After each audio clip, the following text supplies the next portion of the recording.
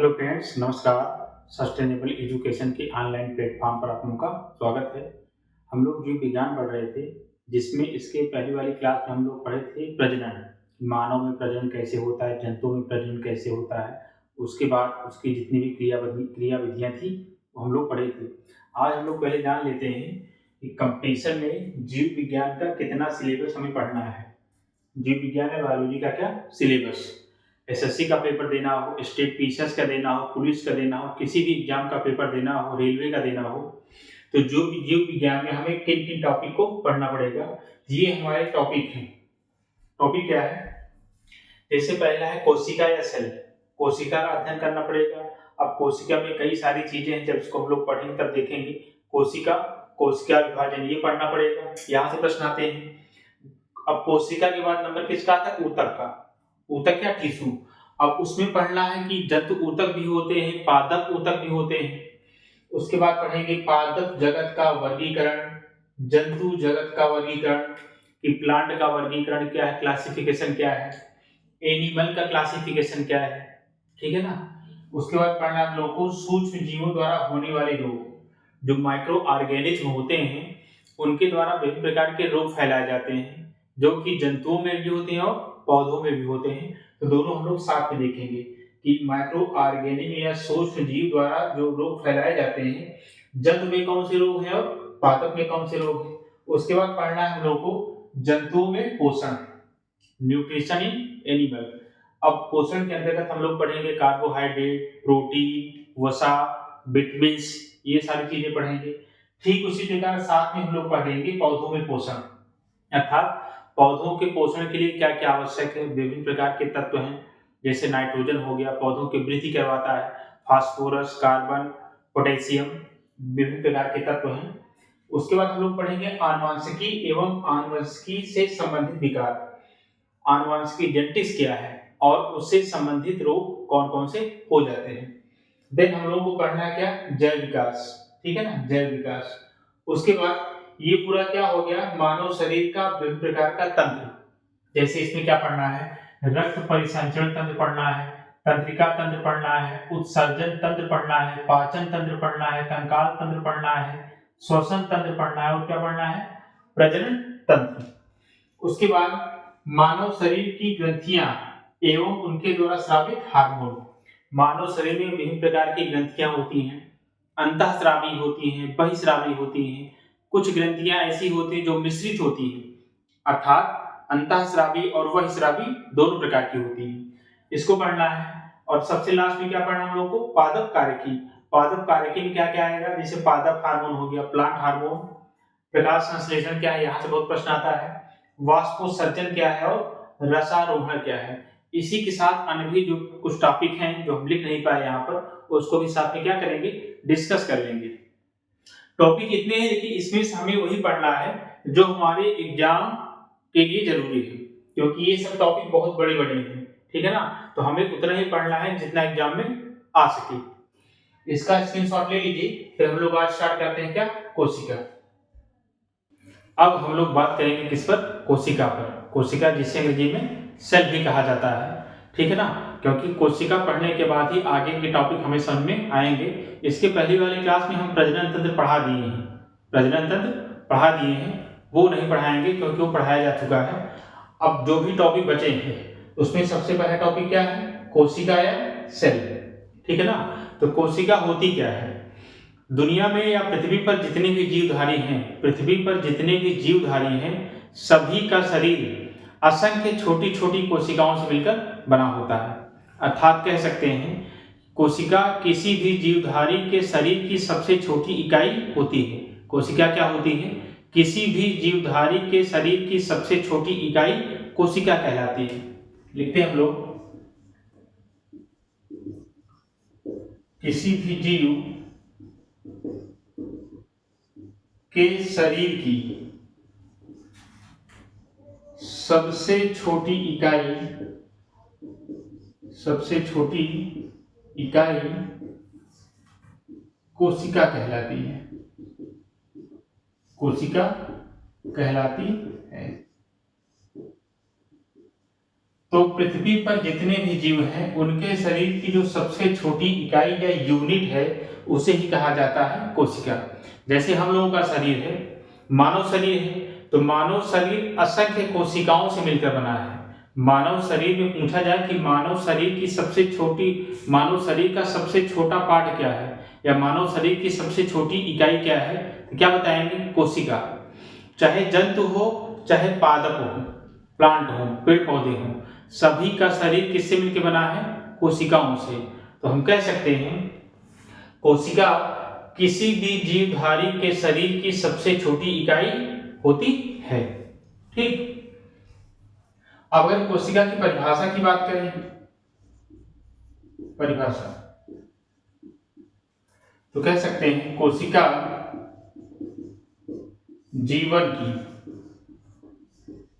जीवन की संरचनात्मक एवं क्रियात्मक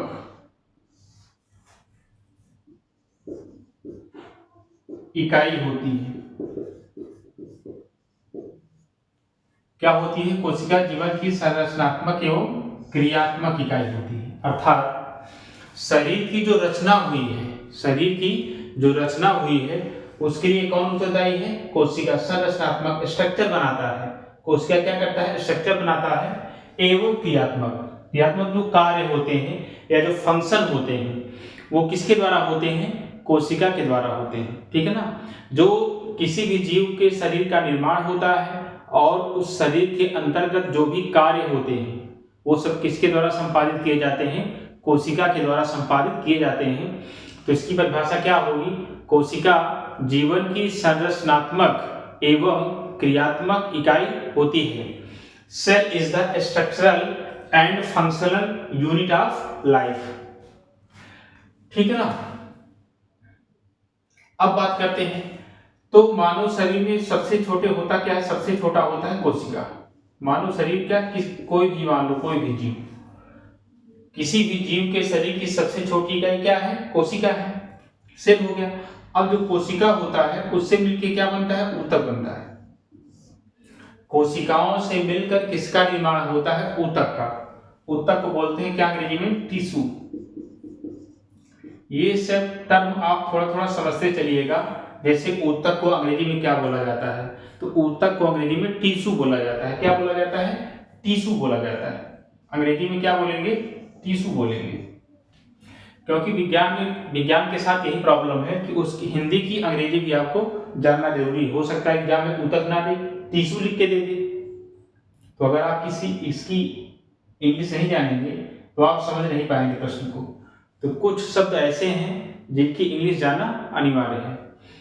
तो कोई भी जीव हो गया, उस जीव के शरीर की सबसे छोटी इकाई क्या है? कोशिका। और कोशिका से मिलकर किसका निर्माण होता है? ऊतक का। यहां हम लोग लिख सकते हैं कि ऊतक क्या है?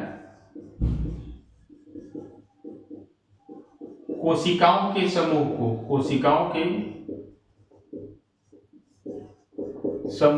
ऊतक कहते हैं। कोशिकाओं के समूह क्या बोलते हैं? ऊतक। मान लो ये कोशिका है, इसे क्या मान लेते हैं? ये हो गई एक कोशिका। ठीक है ना।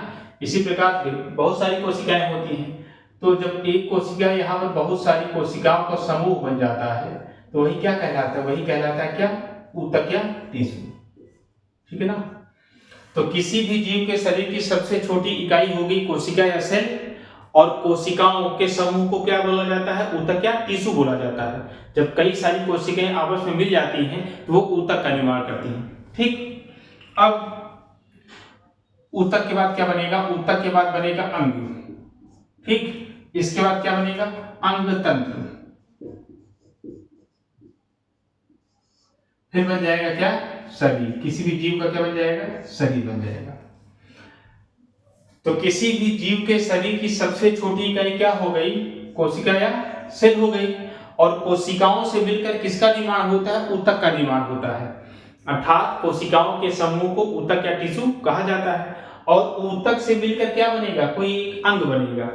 जैसे आंख हो गया, कान हो गया, नाक हो गया, ठीक ना, हृदय हो गया, ठीक। उसके बाद क्या हो गया, आंत हो गया, आमाशय हो गया, फेफड़ा हो गया, सब क्या है, अंग। और जब सब सारे अंग मिलकर एक तंत्र बना लेते हैं तो उसे बोला जाता है अंग तंत्र। मतलब सभी अंगों का आपस में एक तंत्र बन जाता है, ठीक है ना, उसे क्या बोल देते हैं, अंग तंत्र। और अंग तंत्र से मिलकर क्या बन जाता है, पूरा शरीर बन जाता है। इसको हम लोग ऐसे भी समझ सकते हैं, जैसे एक मकान होता है, एक मकान होता है और उस मकान का सबसे छोटा पार्ट क्या होता है, ईंट होता है। उस मकान का सबसे छोटा भाग क्या होता है, ईंट होता है। और कई ईंटों को मिलाकर एक दीवार बन जाती है। कई ईंटों को आपस में जब जोड़ दिया जाए तो क्या बन जाती है, दीवार बन जाती है। और कई दीवारों को आपस में जोड़ने पर क्या बन जाएगा, एक कमरा बन जाएगा। और कई सारे कमरों को मिलाकर एक मकान बन जाता है। ठीक उसी प्रकार कोशिका को क्या मान लेते हैं, एक ईंट मान लेते हैं। कोशिका क्या हो गई, ईंट, ठीक है ना। और ईंट से मिलकर क्या बन गया है, दीवार बन गई। ठीक भाई, ईंट को एक कोशिका मान लेते हैं। भाई छोटी सी ईंट है, छोटी सी क्या है, ईंट है। इसको क्या मान लिए, इसको मान लिए कोशिका। और जब यही ईंट आगे जाएगी, इसमें बहुत सारी ईंटें लगेंगी। बहुत सारी ईंटें मिलकर क्या बन जाएंगी, बहुत सारी ईंटें मिलकर क्या बन जाएंगी, एक दीवार बन जाएगी। दीवार बन जाएगी, दीवार, ठीक है ना। तो कोशिका को ईंट मान लेते हैं और कई सारी ईंटों से मिलकर क्या बन जाएगी, दीवार बन जाएगी, ठीक है ना। अब कई दीवारों से मिलकर क्या बन जाएगा, दीवारों का समूह। जैसे एक कमरा होता है, एक कमरे में कई दीवारें होती हैं, ठीक है ना। मान लो 4 दीवारें हैं तो एक दीवार हो गई ऊतक, और जब 4 दीवारें मिल जाएंगी दीवारों का समूह हो जाएगा। और अंग तंत्र क्या बन जाएगा, ये फिर बन जाएगा ये कमरा, और ये पूरा शरीर क्या बन जाएगा, मकान बन जाएगा। इसको हम लोग इस प्रकार से समझ सकते हैं। तो कोशिका क्या है, कोशिका किसी भी जीवधारी के शरीर की सबसे छोटी इकाई हो।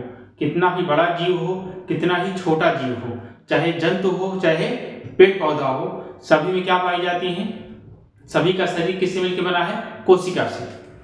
तो जैसे एक ईंट को हम कोशिका मान लेते हैं, ठीक है ना। और कई ईंटें मिलकर एक दीवार बना लेती हैं, और दीवारों का समूह अंग हो गया। और अंग तंत्र क्या हो गया, कमरा। दीवारों का समूह क्या बन गया, कमरा। और पूरा शरीर क्या बन गया, मकान। इस तरह हम इसको समझ सकते हैं। अब आगे देखते हैं हम लोग कि कोशिका के खोजकर्ता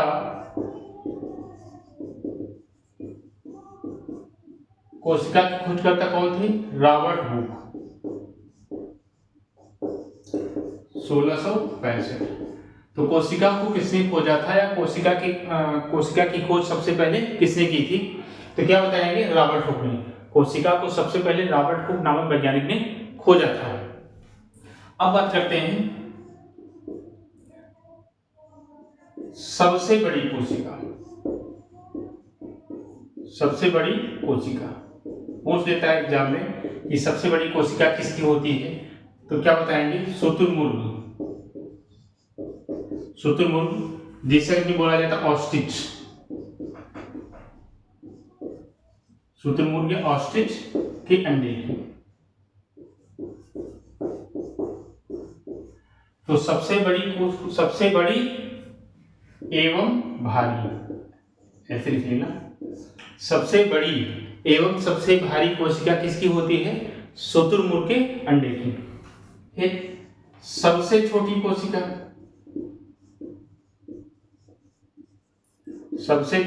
कोशिका ये होती है एक जीवाणु की। एक जीवाणु होता है, जीवाणु को अंग्रेजी में बैक्टीरिया बोला जाता है। जीवाणु को अंग्रेजी में क्या बोलते हैं, बैक्टीरिया। तो सबसे छोटी कोशिका जीवाणु की होती है, और इस जीवाणु का नाम क्या है,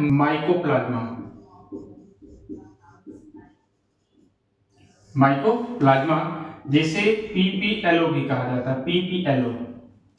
पीपीएलओ का पूरा नाम क्या है, प्लूरो न्यूमोनी लाइक आर्गेवी, ठीक है ना। तो सबसे छोटी कोशिका होती है एक जीवाणु की, और जीवाणु किस वर्ग में रखा गया, पादप वर्ग में। किस वर्ग में रहेगा ये रहेगा पादप वर्ग में। इस तरह पूछ सकता है कि सबसे छोटी कोशिका किस पादप की होती है, या सबसे छोटी कोशिका किसकी होती है? तो सबसे छोटी कोशिका कहलाती है माइकोप्लाज्मा या पीपीएलओ। पीपीएलओ, पी मतलब क्या? प्लूरो, फिर पी मतलब क्या हो गया? न्यूमोनी, ठीक है ना, यहाँ पी साइलेंट होता है।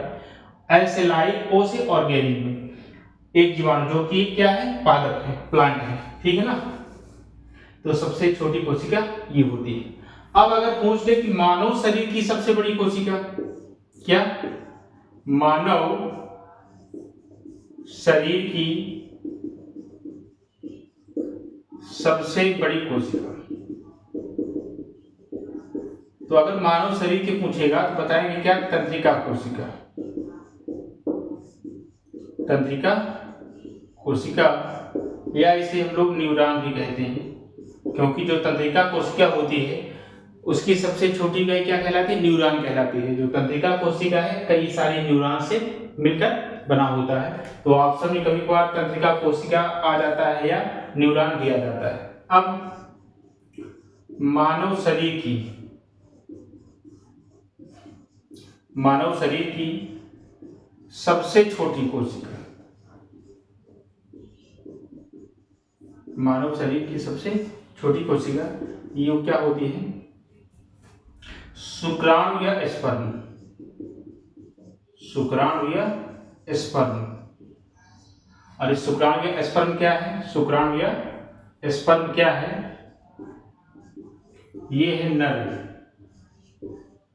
जनन कोशिका, मेल रिप्रोडक्टिव सेल, ठीक है ना। तो पूछेगा कोशिका के खोजकर्ता रॉबर्ट हुक 1665। दूसरा, सबसे बड़ी कोशिका किसकी होती है? सबसे बड़ी कोशिका होती है शुतुरमुर्ग या ऑस्ट्रिच के अंडे की। फिर सबसे छोटी कोशिका क्या है? एक जीवाणु की होती है जिसे माइकोप्लाज्मा या पीपीएलओ कहा जाता है, प्लूरो न्यूमोनी लाइक ऑर्गेनिज्म। अब अगर पूछ ले कि मानव शरीर की सबसे बड़ी कोशिका बताओ, तो मानव शरीर की सबसे बड़ी कोशिका होती है तंत्रिका कोशिका या नर्व सेल, या इसे हम लोग क्या कह सकते हैं? न्यूरॉन भी कह सकते हैं। अब मानव शरीर की सबसे छोटी कोशिका क्या है? तो मानव शरीर की सबसे छोटी कोशिका होती है शुक्राणु या स्पर्म की, जो कि क्या होती है? नर जनन कोशिका होती है। क्या होती है? नर जनन कोशिका होती है। शुक्राणु या स्पर्म क्या है? जब आपको हम प्रजनन पढ़ा रहे थे, रिप्रोडक्शन, तब वहां पर आपको इसके बारे में बताए थे, इसकी संरचना भी बताए थे कि शुक्राणु में की संरचना में हेड होता है, टेल होता है, एक मध्य भाग होता है, ये सारी चीजें आपको बताए थे। देखिए फिर आगे बात करते हैं। अब देख लेते हैं हम लोग कोशिका सिद्धांत। कोशिका सिद्धांत, सेल थियरी। तो कोशिका सिद्धांत किसने दिया था? कोशिका सिद्धांत दिया था स्लाइडिन तथा स्वान नामक वैज्ञानिक ने दिया था। पूछ लेता सीधा सीधा प्रश्न कि कोशिका सिद्धांत या सेल थियरी किसने दिया था? सेल थियरी किसने दिया था? तो क्या बताएंगे? स्लाइडिन तथा स्वान।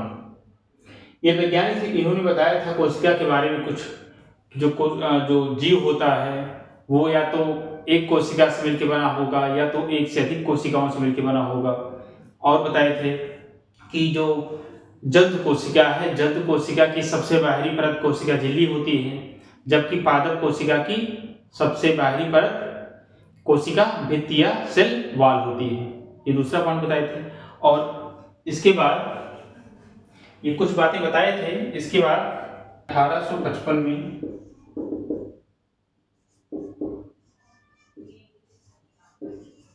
विर्चॉव नामक वैज्ञानिक ने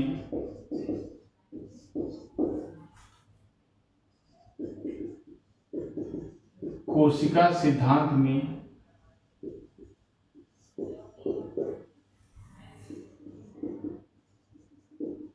संशोधन किया और कहा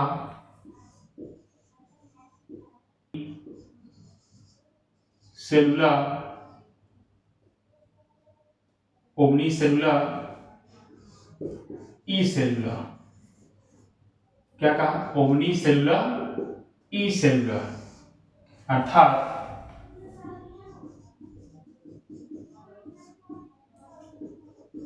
नई कोशिकाओं का निर्माण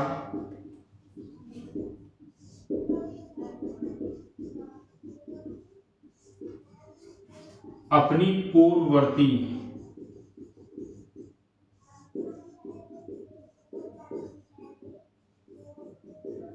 कोशिकाओं से होता है।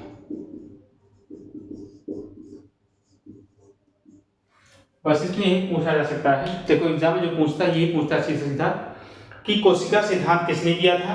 कोशिका सिद्धांत दिया था स्लाइडेन तथा स्वान नामक वैज्ञानिकों ने दिया था। इसमें कुछ बातें बताई थी स्लाइडेन स्वान ने कि प्रत्येक जीव किसी न किसी कोशिका से मिलकर बना होता है, या तो एक कोशिकीय से या तो बहुकोशिकीय से। फिर आगे बताए थे कि पादप कोशिका की सबसे बाहरी परत दृढ़ मजबूत होती है जिसे कोशिका भित्ति कहते हैं, जबकि जंतु कोशिका की सबसे बाहरी परत कोशिका झिल्ली होती है। अभी आगे हम लोग पढ़ेंगे कोशिका झिल्ली क्या है, कोशिका भित्ति क्या है। फिर 1855 में एक बिरचाव वैज्ञानिक आए, 1855 में एक बिरचाव नामक वैज्ञानिक आए और इन्होंने कोशिका स्लाइडेन तथा स्वान के कोशिका सिद्धांत में थोड़ा सा संशोधन किया और कहा ओमनी सेलुलर ई सेलुलर। एग्जाम में ये पूछ सकता है कि ओमनी सेलुलर ई सेलुलर किसने कहा, क्या बताएंगे आप। वैज्ञानिक नाम क्या है, बिरचाव, ठीक है ना। और इसका अर्थ क्या होता है, ओमनी सेलुलर ई सेलुलर का अर्थ क्या होता है कि नई कोशिकाओं का निर्माण अपनी पूर्ववर्ती कोशिकाओं से होता है। सत्य बात है भाई, नई कोशिकाएं कब बनेगी, अपनी पूर्ववर्ती कोशिकाओं से, जिसे कहा जाता है कोशिका विभाजन या सेल डिवीजन। आगे आने वाली क्लासों में हम लोग उसको पढ़ेंगे। तो याद रखिएगा ओमनी सेलुलर ई सेलुलर का अर्थ क्या है कि नई कोशिकाओं का निर्माण अपनी पूर्ववर्ती पहले की कोशिकाओं से होता है। अब आगे हम लोग बात करते हैं सॉरी आगे बात करते हैं कि प्रो कोशिका के प्रकार। क्या, कोशिका के प्रकार। एक कोशिका होती है प्रोकैरियोटिक कोशिका और एक होती है यूकैरियोटिक कोशिका। देखते हैं इसको। अगला टॉपिक हम लोगों का क्या, कोशिका के प्रकार।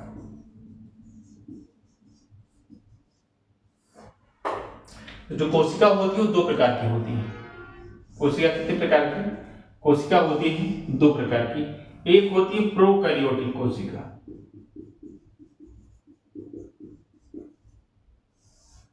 प्रोकैरियोटिक कोशिका,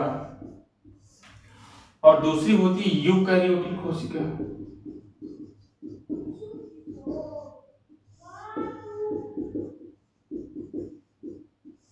ठीक है ना। तो कोशिका कितने प्रकार की होती है, कोशिका होती है दो प्रकार की। एक होती है प्रोकैरियोटिक कोशिका और दूसरी होती है यूकैरियोटिक कोशिका। यहां देखिए ये क्या है, प्रोकैरियोटिक कोशिका है। प्रो मीन्स क्या होता है, प्रो मीन्स होता है प्रिमिटिव, पुरानी कोशिका। प्रो मीन्स होता है प्रिमिटिव या पुरानी, मतलब सबसे पहले जो जीव आए थे पृथ्वी पर, जब जीवन की उत्पत्ति हुई तो सबसे पहले जो जीव आए थे उन्हें प्रोकैरियोटिक जीव कहा गया। अर्थात उनकी कोशिका किस प्रकार की कोशिका है, प्रोकैरियोटिक। और यू मतलब होता है ट्रू या वास्तविक। यू मतलब क्या होता है, ट्रू या वास्तविक होता है।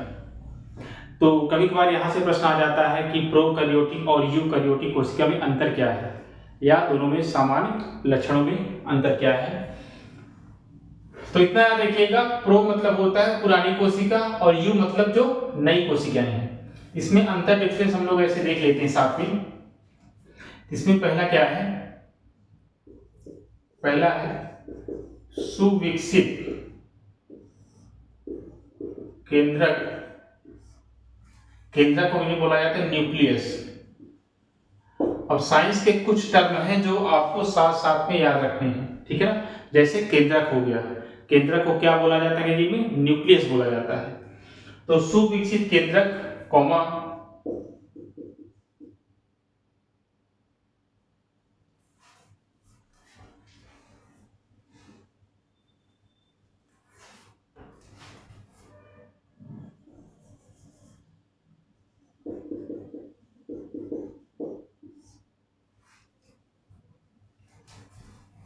कॉमा कोशिका झिल्ली तथा कोशिकांग का अभाव। तो प्रोकैरियोटिक कोशिका क्या है? ऐसी कोशिका जिसमें सुविकसित केंद्रक, कोशिका झिल्ली और कोशिकांग का क्या होता है? अभाव होता है। ठीक है ना। मान लेते हैं, देखिए ये मान लेते हैं एक ही कोशिका है, ठीक है ना। तो कोशिका के मध्य में एक होता है केंद्रक, कोशिका के मध्य में एक क्या होता है? केंद्रक होता है। हर कोशिका जो होती है, जितनी भी कोशिकाएं होंगी, उसके मध्य में क्या पाया जाएगा? केंद्रक पाया जाता है। कुछ को छोड़कर कुछ अपवाद हैं जिन कोशिकाओं में केंद्रक का अभाव होता है, वो आगे हम लोग पढ़ेंगे। तो जो प्रोकैरियोटिक कोशिका है, उस कोशिका के अंदर एकदम विकसित केंद्रक नहीं पाए जाते हैं, ठीक है ना। फिर है कोशिका झिल्ली। कोशिका की सबसे बाहरी परत क्या कहलाती है? कोशिका झिल्ली कहलाती है। तो जो प्रोकैरियोटिक कोशिकाएं हैं, उनमें सुविकसित केंद्रक, कोशिका झिल्ली और कोशिका के कोशिकांग का क्या होता है? अभाव होता है। कोशिकांग मतलब हुआ कि कोशिका के अंदर जो राइबोसोम पाए जाएंगे, एंडोप्लाज्मिक रेटिकुलम पाया जाएगा, गाल्जी बॉडी पाई जाएगी, माइटोकॉन्ड्रिया पाया जाएगा, ये सब कोशिका के कोशिकांग कहलाते हैं, ठीक है ना। तो जो प्रोकैरियोटिक कोशिकाएं हैं, उनमें सुविकसित केंद्रक, केंद्रक कला या केंद्रक झिल्ली और कुछ कोशिकांगों का अभाव होता है। अब यहां क्या होगा? यूकैरियोटिक कोशिका में सुविकसित केंद्रक, कौमा, कोशिका झिल्ली तथा कोशिकांग पाए जाते हैं। बस अभी लिख लीजिए, आगे आपको समझाएंगे कि केंद्रक कहाँ है, कोशिका झिल्ली कहाँ है, कोशिकांग कहाँ है, ठीक है ना। बस अभी दोनों में पहला अंतर क्या हुआ? इसमें सुविकसित केंद्रक, कोशिका झिल्ली, कोशिकांग का अभाव होता है। हो सकता है केंद्रक कुछ मात्रा में पाया जाए, लेकिन वो विकसित नहीं होता है। जो प्रोकैरियोटिक कोशिका है, उसमें सुविकसित केंद्रक का अभाव है, जबकि यूकैरियोटिक कोशिका में सुविकसित केंद्रक पाया जाता है। इसमें केंद्रक जो होता है पूरा क्या होता है? वो विकसित होता है, मैच्योर होता है। ये पहला अंतर हो गया। दूसरा अंतर क्या है? उदाहरण, इसका उदाहरण प्रोकैरियोटिक जीवों का उदाहरण। तो इसका पहला उदाहरण क्या है? नीलहरित शैवाल। नीलहरित शैवाल, इन्हीं बोला जाता है blue green algae. Blue green algae या शॉर्ट फॉर्म बोल देते हैं BGA, short form blue green algae, ठीक है ना। और इसी को, इसका दूसरा नाम भी क्या है? साइनोबैक्टीरिया। साइनोबैक्टीरिया। तो ये पहला हो गया, ठीक है ना। ये क्या हो गया? उदाहरण में पहला हो गया। और दूसरा उदाहरण क्या है? जीवाणु। और जीवाणु को क्या बोला जाता है? बैक्टीरिया बोला जाता है। तो इतना याद रखिएगा। अगर कभी पूछा जाए कि निम्न में से कौन सा जीव प्रोकैरियोटिक है, तो दो है बस, एक है नीलहरित शैवाल और दूसरा क्या है? जीवाणु या बैक्टीरिया। नीलहरित शैवाल को अंग्रेजी में बोला जाएगा blue green algae. Short form में क्या बोलते हैं? ब्लू मीन्स बी और ग्रीन मीन्स क्या? जी हो गया, और एल्गी ए हो गया, ब्लू ग्रीन एल्गी।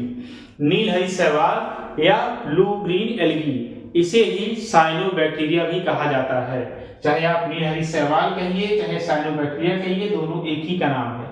और दूसरा क्या है? जीवाणु या बैक्टीरिया। तो ये किसका उदाहरण है? प्रोकैरियोटिक कोशिका का।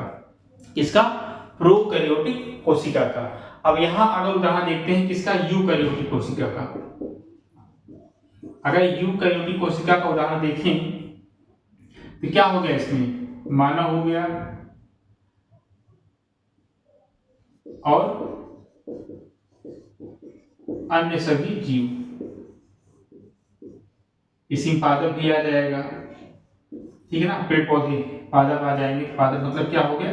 पेड़ पौधे। और भी जो जीव हैं सब, मतलब किनको छोड़कर? इन दोनों को छोड़कर जितने भी जीव बचे पृथ्वी पर, वो सभी क्या हैं? यूकैरियोटिक हैं, ठीक है ना। बस ये नहीं पूछेगा ये पूछता है एग्जाम में कि प्रोकैरियोटिक कौन सा है। तो नीलहरित शैवाल, अथवा साइनोबैक्टीरिया, और दूसरा क्या है, जीवाणु या बैक्टीरिया। ये दोनों हैं प्रोकैरियोटिक। अब इनके अलावा जितने भी जीव बचे पृथ्वी पर सभी क्या हैं, यूकैरियोटिक है, जिसमें मानव हो गया, हाथी हो गया, शेर हो गया, बिल्ली, कुत्ता, बंदर, पेड़ पौधे, ये सब क्या है, यूकैरियोटिक है। ठीक, अब आगे देखते हैं। अगला है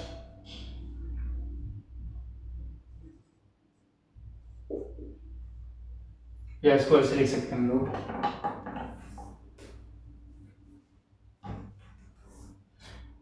अगला है निम्न कोशिकांग का अभाव। तो कुछ कोशिकांग ऐसे हैं जो कोशिका के अंदर पाए जाते हैं, उनका अभाव होता है किसमें, प्रोकैरियोटिक कोशिका में।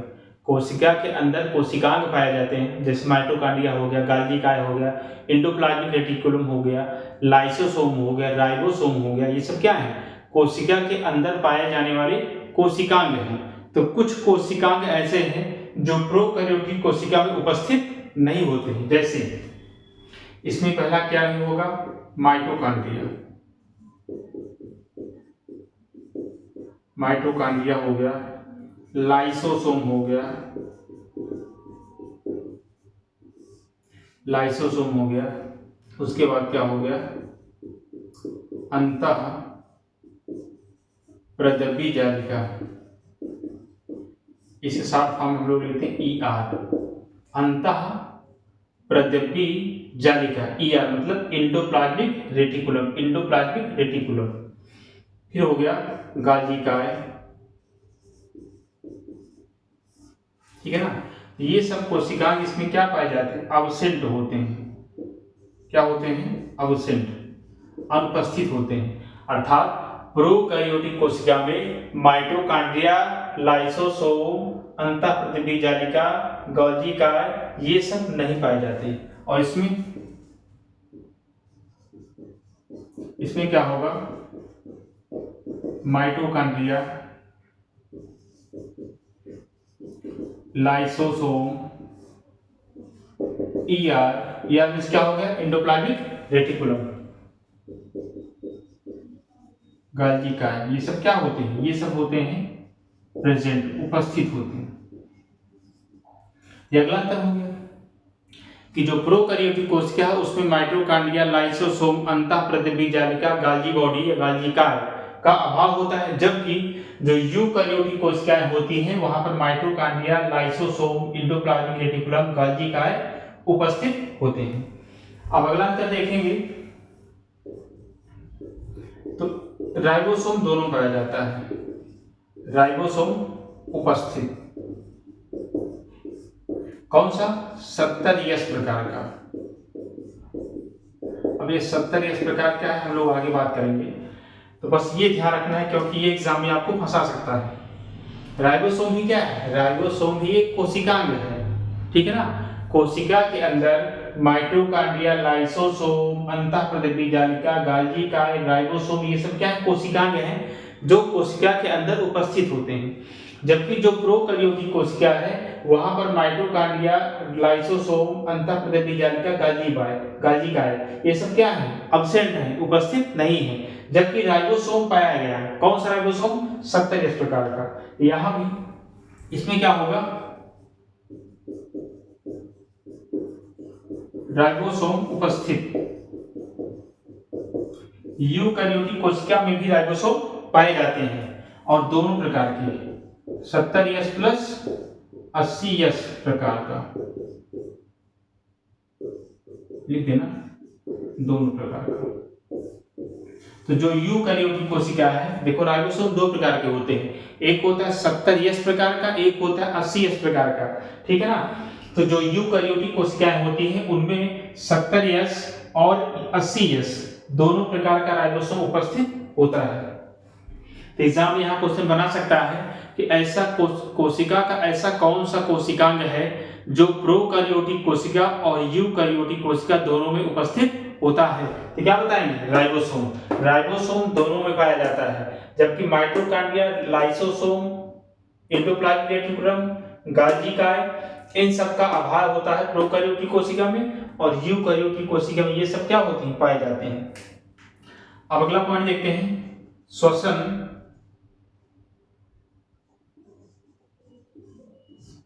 पहले इसको देख लेते हैं। श्वसन माइटोकॉन्ड्रिया में होता है। श्वसन माइटोकॉन्ड्रिया में होता है।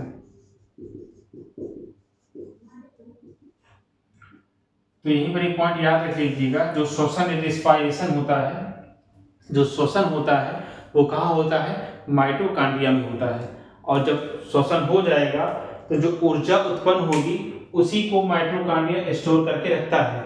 इसीलिए माइटोकॉन्ड्रिया को कोशिका का ऊर्जा घर या पावर हाउस कहा जाता है, ठीक है ना। चूंकि माइटोकॉन्ड्रिया में श्वसन होता है और श्वसन के उपरांत ही ऊर्जा उत्पन्न होती है। ऊर्जा क्या होती है, उत्पन्न होती है। तो इसीलिए हम लोग माइटोकॉन्ड्रिया को कोशिका का ऊर्जा घर अथवा पावर हाउस कहते हैं। जबकि जो प्रोकैरियोटिक कोशिका है, यहाँ पर किसका अभाव है, माइटोकॉन्ड्रिया का अभाव है। तब यहाँ पर श्वसन कहाँ होगा, ये भी एग्जाम में क्वेश्चन पूछ लेता है। तो श्वसन मीसोसोम द्वारा होता है। श्वसन मीसोसोम द्वारा होता है, ये इंपॉर्टेंट है, इसको याद रखिएगा। मीसोसोम भाई श्वसन वैसे होता है माइटोकॉन्ड्रिया में, ठीक है ना। अब जब प्रोकैरियोटिक कोशिका में माइटोकॉन्ड्रिया है ही नहीं है तो वहां पर श्वसन कहाँ होगा, तो वहां पर श्वसन करने के लिए एक अंग होता है जिसे क्या कहा जाता है, अंग नहीं कह सकते हम लोग, कोशिकांग होता है जिसे क्या कहा जाता है, मीसोसोम कहा जाता है। तो यहाँ पर क्वेश्चन पूछ लेता है कि जीवाणु में श्वसन किसके द्वारा होता है। तो भाई देखिए, अभी आपको प्रोकैरियोटिक कोशिका का उदाहरण क्या बताए थे, एक तो बताए थे ब्लू ग्रीन एल्गी और दूसरा क्या बताए थे, जीवाणु या बैक्टीरिया, ठीक है ना। तो जीवाणु किस प्रकार का जीव है, प्रोकैरियोटिक जीव है। तब जब प्रोकैरियोटिक कोशिका में माइटोकॉन्ड्रिया नहीं पाई जाती तब जीवाणु में श्वसन कहाँ होगा, मीसोसोम द्वारा होगा। इस पॉइंट को याद रखिएगा कि जीवाणु हो गए, साइनोबैक्टीरिया हो गए, इनमें श्वसन किसके द्वारा होता है, तो इनमें श्वसन के लिए एक कोशिकांग होता है जिसे बोला जाता है मीसोसोम। देखिए हम लोग अगले पॉइंट पे बात करते हैं। अगला पॉइंट है, अब प्रोकैरियोटिक कोशिका में आनुवांशिक पदार्थ क्या होता है, आनुवांशिक पदार्थ। तो आनुवांशिक पदार्थ यहाँ पे क्या होता है, डीएनए होता है। अब याद रखिएगा कि आनुवांशिक पदार्थ किसे कहा जाता है, तो डीएनए जो होता है, डीऑक्सीराइबोन्यूक्लिक एसिड जो डीएनए होता है उसे ही कहा जाता है आनुवांशिक पदार्थ। आनुवांशिक पदार्थ इसमें भी होता है और आनुवांशिक पदार्थ इसमें भी होता है। आनुवांशिक पदार्थ क्या होता है, इसमें भी क्या होता है, डीएनए होता है। लेकिन डिफरेंस क्या है, डीएनए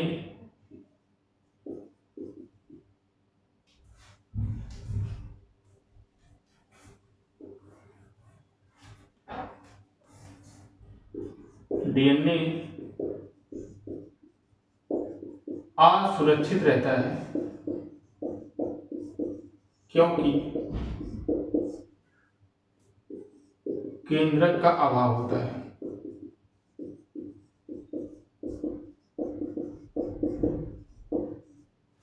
ठीक है ना।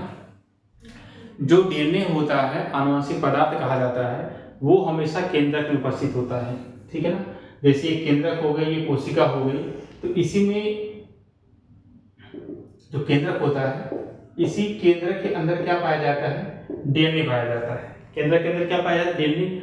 अब जब प्रोकैरियोटिक कोशिका में सुविकसित केंद्रक का क्या है, अभाव है, तो इसका मतलब हुआ ये डीएनए उपस्थित तो है लेकिन क्या है, असुरक्षित है, क्योंकि यहाँ पर केंद्रक का अभाव होता है, वो किसी केंद्रक में नहीं पाया जाता, वो वैसे पूरी कोशिका में वैसे घूमता रहता है। तो डीएनए क्या है, वो असुरक्षित है। यहाँ पर डीएनए सुरक्षित है, डीएनए क्या है, सुरक्षित है। क्यों? क्योंकि केंद्र के अंदर उपस्थित, केंद्र के अंदर क्या उपस्थित। भाई सीधी बात है, जैसे घर में आप कुछ पैसा रखे हैं, घर में क्या रखे हैं, पैसा। अगर उस पैसे को किसी बक्से में बंद कर दो ताले द्वारा तो क्या हो जाएगा, वो सुरक्षित हो जाएगा। भाई मान लो घर के अंदर पैसा रखा है और एक बक्सा लेते हैं यहाँ पे, ठीक है ना, और इस बक्से में क्या लगा दिए, ताला, यहाँ रख दिए पैसा।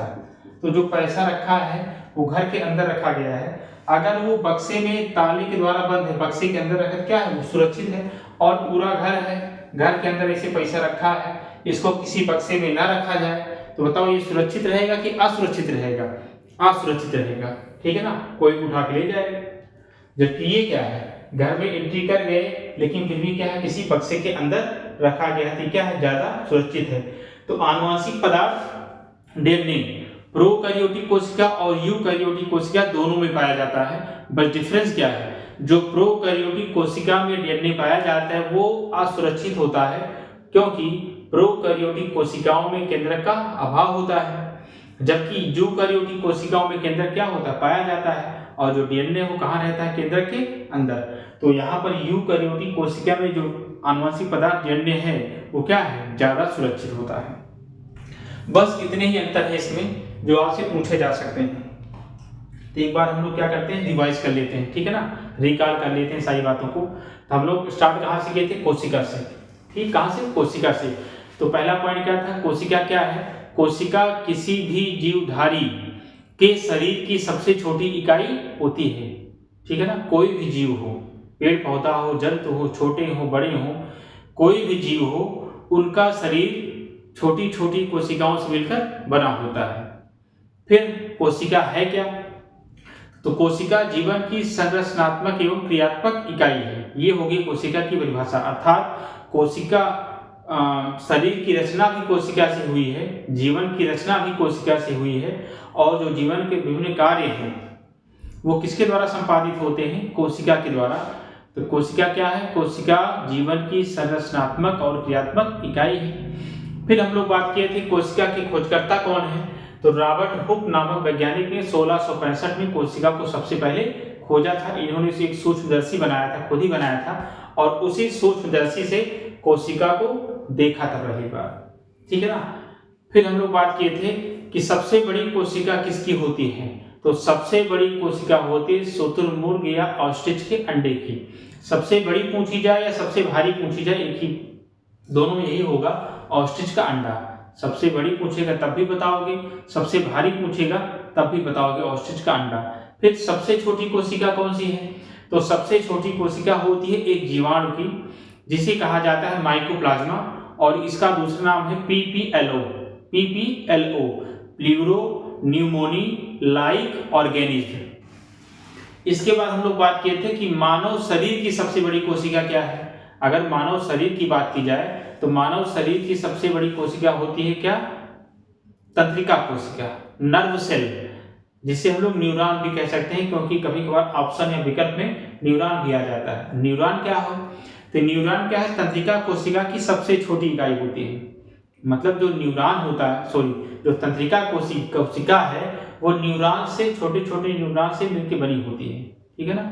फिर बात किए थे कि मानव शरीर की सबसे छोटी कोशिका क्या है, तो मानव शरीर की सबसे छोटी कोशिका होती है स्पर्म या शुक्राणु, जो कि नर जनन कोशिका है। इसके बाद हम लोग बात किए थे कोशिका के प्रकार की, कोशिका के प्रकार की।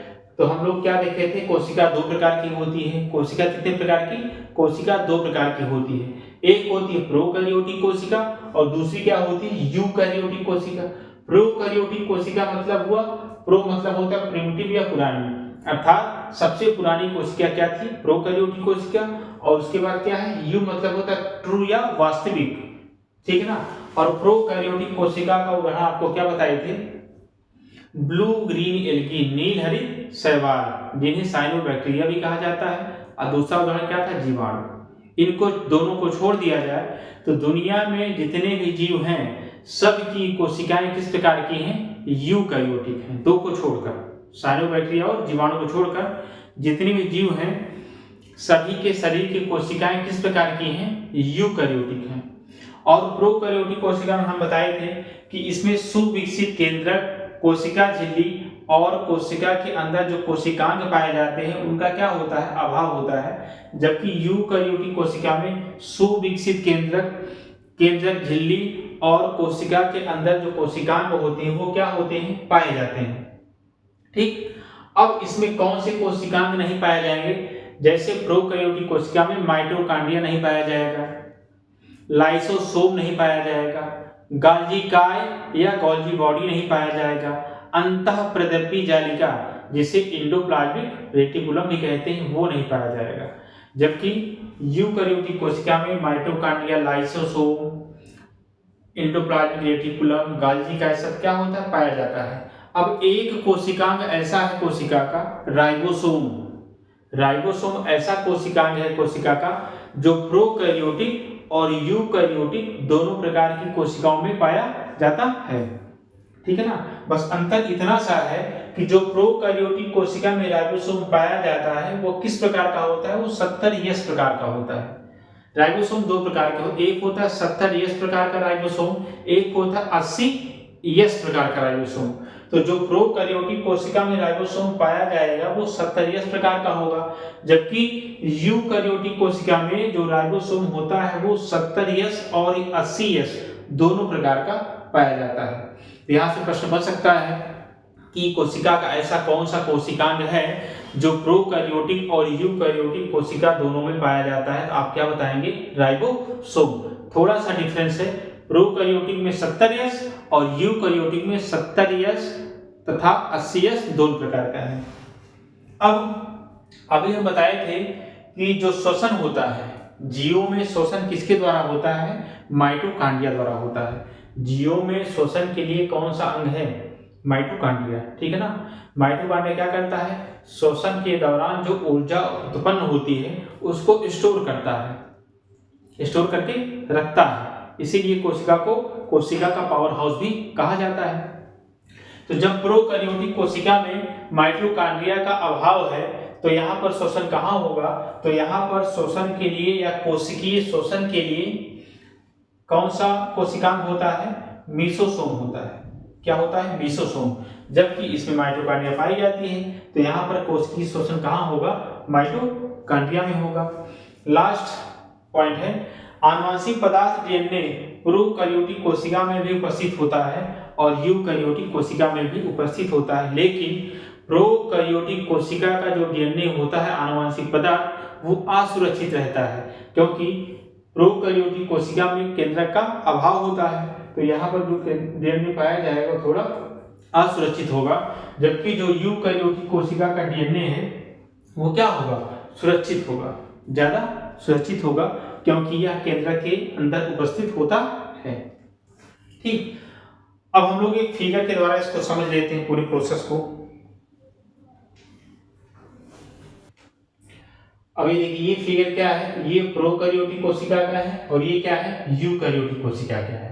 तो दोनों में अंतर क्या बताए थे, पहला तो अंतर ये बताए थे कि यूकैरियोटिक कोशिका में माइटोकॉन्ड्रिया पाया जाता है और यूकैरियोटिक कोशिका में जो कोशिकीय श्वसन होता है वो किसके द्वारा होता है, माइटोकॉन्ड्रिया के द्वारा होता है। किसके द्वारा, माइटोकॉन्ड्रिया के द्वारा।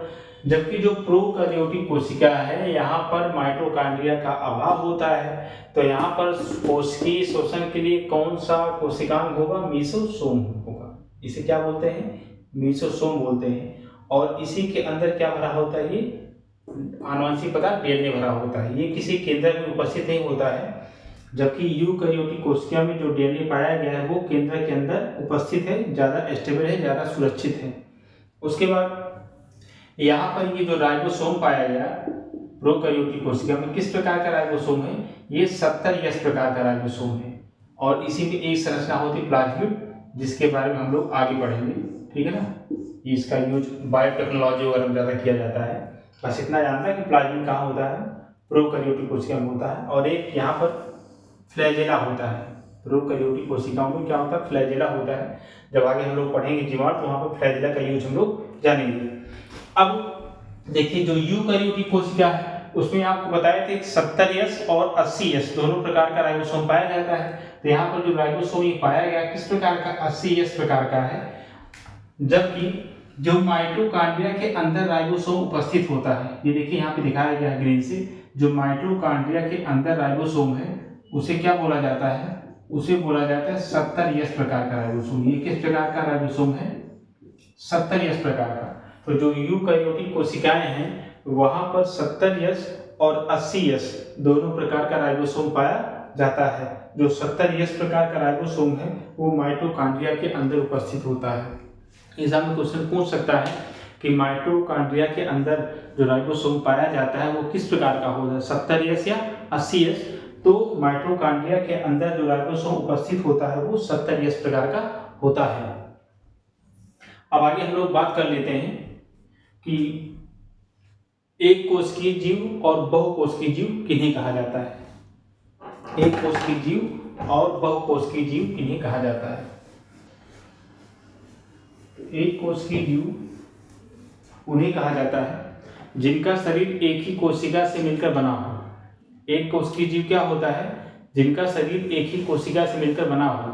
और बहुकोशिकीय जीव किन्हें कहा जाता है, जिनका शरीर एक से अधिक बहुत सारी कोशिकाओं से मिलकर बना हो। लिख लेते हैं इसको, क्योंकि एग्जाम में कभी कभार क्वेश्चन यहाँ से पूछ लेता है। एक कोशिकीय जीव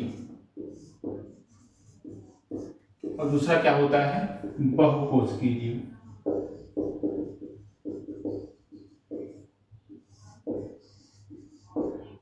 एक कोशिकीय जीव क्या है, जिनका शरीर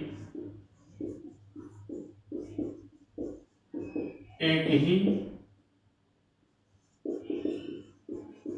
कोशिका से मिलकर बना हो। एक ही कोशिका से मिलकर बना हो। बहुकोशिकीय जीव क्या है, जिनका शरीर एक से अधिक, या हम कह सकते हैं एक से अधिक या असंख्य कोशिकाओं से मिलकर बना हो।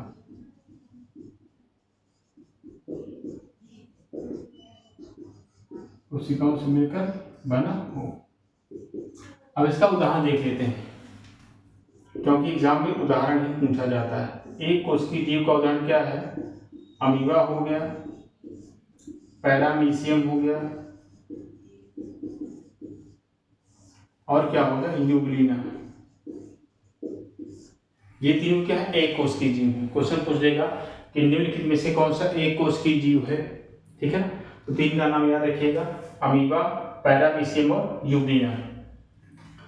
जो अमीबा होता है इसका आकार कैसा होता है, इसका आकार अनियमित होता है। आकार कैसा होता है, अनियमित। ये अपना आकार लगातार क्या करता है, बदलता रहता है। और जो पैरामीशियम है ये चप्पल के आकार का होता है।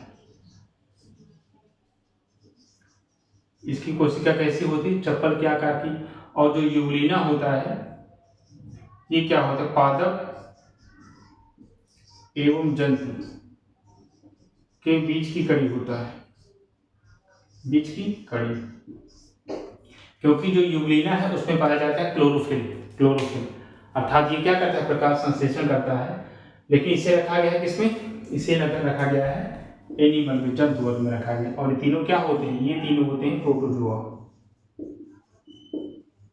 फ्री प्रोटोजोआ होते हैं, ये प्रोटोजोआ होते हैं। बस इतना याद रखिए, प्रोटोजोआ है। जब हम लोग प्रोटोजोआ पढ़ेंगे तो वहाँ ज़्यादा बात करेंगे, ठीक है ना। तो अमीबा, पैरामीशियम, यूग्लिना ये क्या होता है, एक कोशिकीय जीव है। इनका शरीर एक ही कोशिका से मिलकर बना है।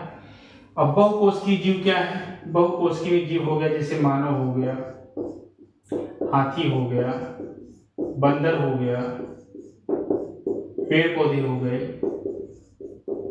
ऐसे बहुत सारे जीव आदि। ये सब क्या है, ये है बहुकोशिकीय जीव। और यहाँ भी हाथ लगा देते हैं, ये सब क्या है, ये सब क्या है, एक कोशिकीय जीव। याद रखिएगा कि जो अमीबा है वो अपना आकार लगातार बदलता रहता है, तो इसका अमीबा का आकार क्या होता है, अनियमित होता है। जो पैरामीशियम होता है वो चप्पल के आकार का होता है। और जो यूग्लिना होता है वो पादप एवं जंतु के बीच की क्या होता है, कड़ी होता है। ये तीनों क्या है, एक कोशिकीय जीव है।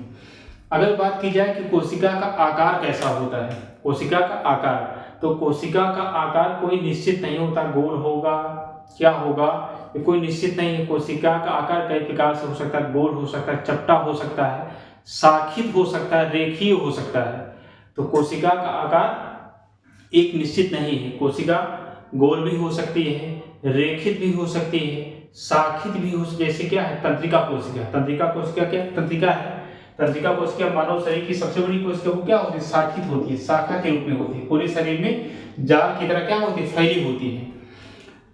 तो लिख लीजिएगा कोशिका आकार, कोशिका का आकार रेखीय, शाखित, गोल, चपटा, तस्तरीनुमा किसी भी प्रकार का हो सकता है। तो आज हम लोग क्या पढ़े, आज हम लोग पढ़े कोशिका, कोशिका के प्रकार, एक कोशिकीय जीव क्या होते हैं, बहुकोशिकीय जीव क्या होते हैं। अब आगे हम लोग बात करेंगे जंत कोशिका और पादप कोशिका की, कि जंत कोशिका और पादप कोशिका में क्या डिफरेंस है। इसको हम लोग एक फिगर बना के समझेंगे कि जंत कोशिका में कौन से अंग हैं जो पाए जाते हैं, कोशिकांग है पाए जाते हैं, ऐसे कौन से कोशिकांग हैं जो सिर्फ पादप कोशिका में पाए जाते हैं। जैसे इसका सबसे अच्छा उदाहरण क्या है कि जो पादप कोशिका है उसमें कोशिका भित्ति पाई जाती है। जो पादप कोशिका है उसमें पाई जाती है कोशिका भित्ति, जो कि पादप कोशिका की सबसे बाहरी परत होती है, जबकि जंतु कोशिका में कोशिका भित्ति का अभाव होता है। और आप आगे बहुत सारे पॉइंट हैं हम लोग नेक्स्ट क्लास में पढ़ेंगे। तो मिलते हैं हम लोग नेक्स्ट वीडियो में, तब तक के लिए नमस्कार, जय हिंद।